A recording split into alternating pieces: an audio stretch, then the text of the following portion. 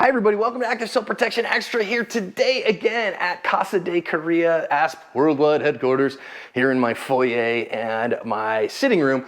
And we're working today with the Blackbeard X, working today on some plate transitions, just trying to get faster and better with our defensive carbine for home defense. Today's video is brought to us by Barrel Block.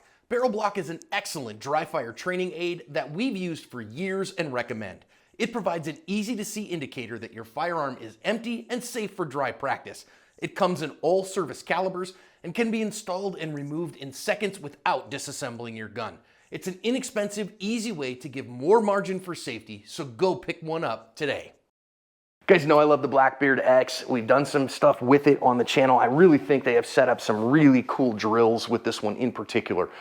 And I think they've done a really thoughtful job of making the Blackbeard X really cool. Now again, if you don't have one, you don't have to have one to do these drills. You can set up a couple targets wherever you have them, work with your defensive carbine, make sure everything is empty, of course, proper dry fire procedures, and then just work on this with the timer.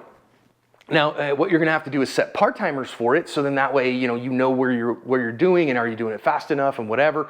Here we've got all that kind of built in for us, and it's a really helpful, useful tool. I really think if you have a defensive carbine, this tool is a way that you can get so much more data, because not only does it give me times, it tells me where my muzzle is moving when the shot breaks. So it's anticipating movement, which I know some people old school when the Mantis X came out and they were like, well, it only tells me, if my shot was good or not. It doesn't tell me, as an advanced shooter, that where it's breaking and am I overcorrecting in those things.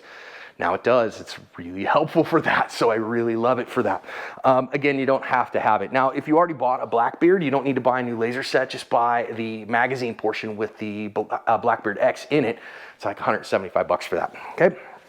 And listen, right now, that's less than a half a case of ammo, and I think you'll just, to me, it makes my dry fire fun and engaging, and it's a game, and I dry fire more when I do it. So we have our Mantis X, our Mantis app up here. We got our Blackbeard X connected to it, and today we're gonna work the plate transition drill. So they call 2 plates, so you're gonna pop 1 on each of the plates, then move over to the silhouette and hit 3 times. So we're gonna do that on our 2 targets that we have out here.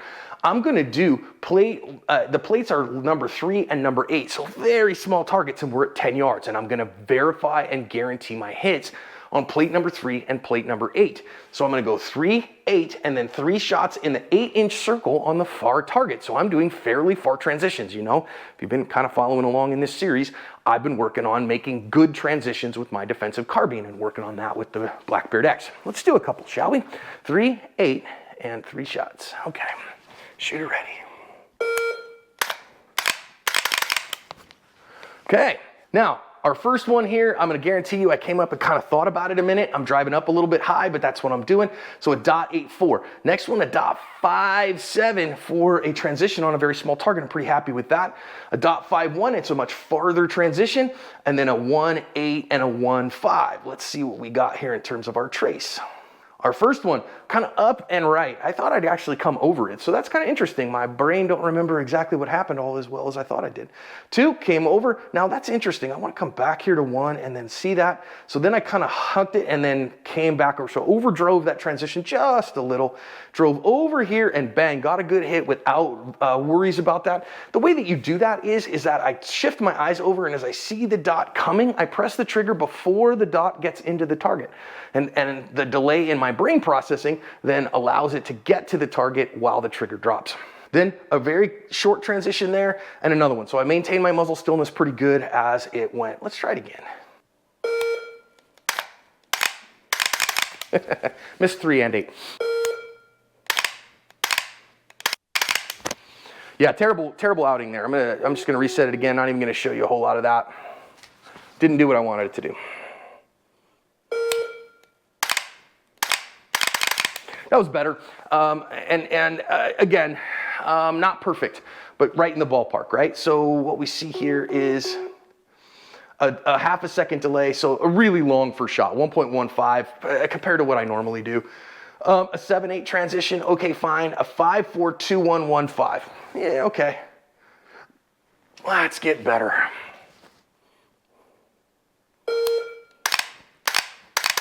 Yes.